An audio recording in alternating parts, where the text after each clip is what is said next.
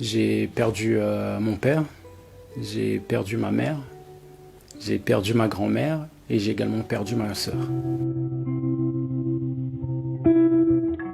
Je suis d'origine malienne, mais j'ai grandi en Côte d'Ivoire.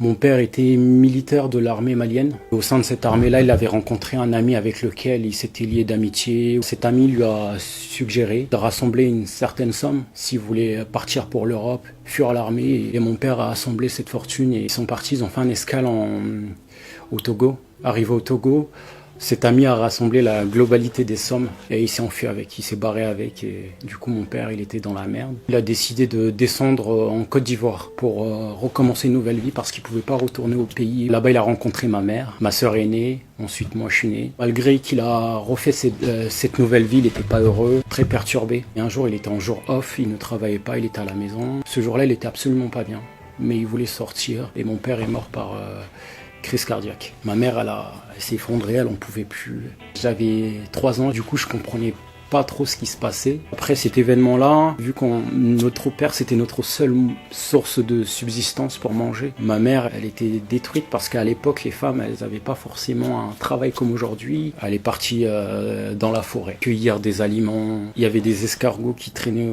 autour de notre maison et elle a demandé à ma sœur et à moi de ne jamais dire ça. Aujourd'hui, je balance. Dans notre village, en fait, c'était une forme de honte. Ma mère, elle avait plus cette force de pouvoir assurer. Du coup, on est parti au Mali. Elle a décidé de retourner dans le village natal de mon père, ma grand-mère, chez ma grand-mère du coup. On est arrivé, ma mère, elle a eu le cancer des seins. On lui a dû lui couper un sein. Elle était très très malade. Elle se sentait plus humaine, elle se sentait détruite. Elle devait se remarier. Parce qu'une femme ne peut pas rester veuve très longtemps chez nous. Ils l'ont remariée à un homme, je ne peux même pas citer, c'est la pure des crapules du monde. Il nous faisait beaucoup de mal.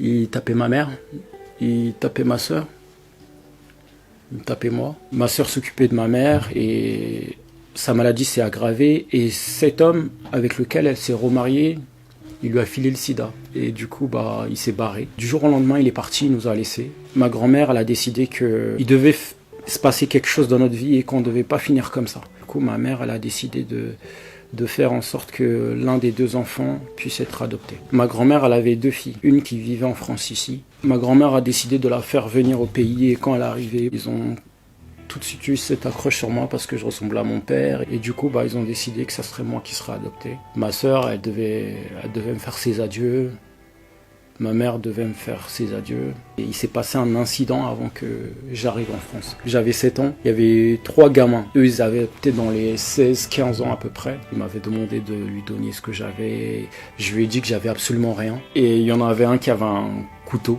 Et du coup, il m'a planté le bras droit. Je voulais juste que eux ils me lâchent en fait. Du coup, je me suis diminué, enfin apitoyé sur mon sort. Du coup, j'ai dit mon père est mort et ma mère aussi, elle est morte.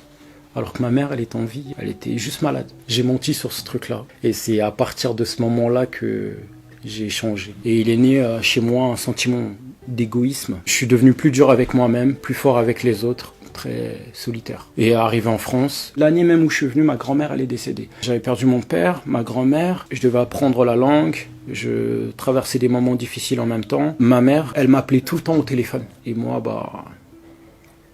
à cause de l'événement qui s'est passé avant mon arrivée, à cause des jeunes qui avaient changé beaucoup de choses en moi, je pensais qu'à moi-même. Elle appelait, je répondais pas. C'est ma tante qui prenait le téléphone. Et lorsque ma mère voulait me parler, j'esquivais l'appel. Et un jour, parmi tant d'autres, j'ai décidé de répondre à cet appel-là. Et ma mère, elle était très heureuse que je lui ai parlé depuis mon arrivée. Sauf que moi, je le savais pas. Les médecins lui avaient annoncé qu'elle allait mourir dans les prochains jours. Ma mère, elle faisait ses adieux en fait. Elle m'a beaucoup conseillé. Elle m'a dit, sois fort, aime ta tante, appelle la maman. Même si tu as du mal, appelle la maman. C'est ta nouvelle mère, donc considère-la comme ta nouvelle mère. Appelle la maman et même si elle te fait du mal, aime-la. Si elle ne te comprend pas, essaie de la comprendre. Avance, je t'aime, je pense fort à toi, quoi qu'il arrive, on est tous ensemble. Elle pleurait un peu, elle a raccroché, mais moi je savais pas que c'était la dernière fois que j'allais lui parler justement. Du coup je me suis abstenu, je me suis dit peut-être demain, après-demain elle allait m'appeler. Et du coup, bah, elle m'a pas appelé. Le surlendemain, ma tante, elle m'appelle. Elle m'a dit, ta mère, elle est morte. Je me suis senti coupable parce que quand j'étais avec les jeunes là qui m'ont planté, en clamant le décès de mon père et en ajoutant que j'avais perdu ma mère alors qu'elle était en vie, je sais pas, j'étais pas bien. Lorsque ma mère est décédée, ma sœur, elle m'a appelé une seule fois, on a parlé, elle m'a conseillé, elle m'a dit t'es mon petit frère, je t'aime, t'as des valeurs, ne m'oublie pas, ne me laisse pas seule. Elle était toute seule parce qu'elle est tombée enceinte et qu'elle a fait une fausse couche et qu'ensuite on lui a dit qu'elle avait le diabète à un stade très très élevé et qu'il n'y avait pas de retour en arrière. Et après, bah, ma sœur, elle appelait, je répondais plus. Et un jour, parmi tant d'autres, comme pour ma mère, j'ai décidé de répondre à l'appel. C'était son dernier appel à elle aussi. On a parlé. Mais je savais pas qu'elle allait mourir, hein. Elle m'a absolument rien dit. Mais j'ai compris que c'était pas normal. J'avais 16 ans exactement. Et à ce moment précis, ma sœur, elle avait commencé à s'ouvrir à moi, à me dire ses secrets. Elle aussi, elle me comprenait inconsciemment vu qu'on vivait la même chose. Ce même jour, je me suis super approché d'elle et je lui ai fait une promesse. Et cette promesse, je l'ai pas tenue. Je dis, je vais bosser. Et je vais t'envoyer de l'argent.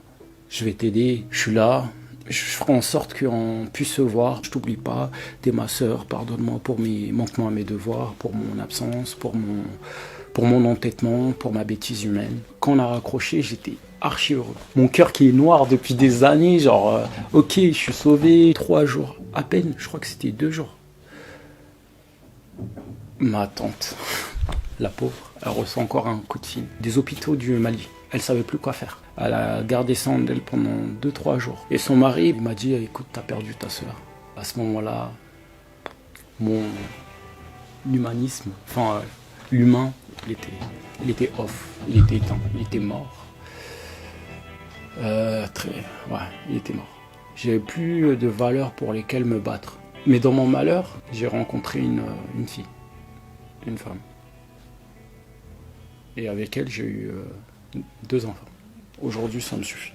Ma fille et mon fils, je me bats pour eux, pour leur mère, pour ma tante, pour tous les gens qui sont là, pour moi-même. J'ai vécu beaucoup de trucs, beaucoup trop de trucs. Et aujourd'hui, je voulais juste m'en débarrasser parce que j'ai grandi. Peu importe le mal qui survient, vous devez toujours garder la pêche, avoir la patate. Parce que la vie, elle fait mal, elle fait très mal. Au final, c'est con, mais on évolue avec la douleur. C'est avec la douleur qu'on évolue. Quand tu souffres, c'est que tu évolues.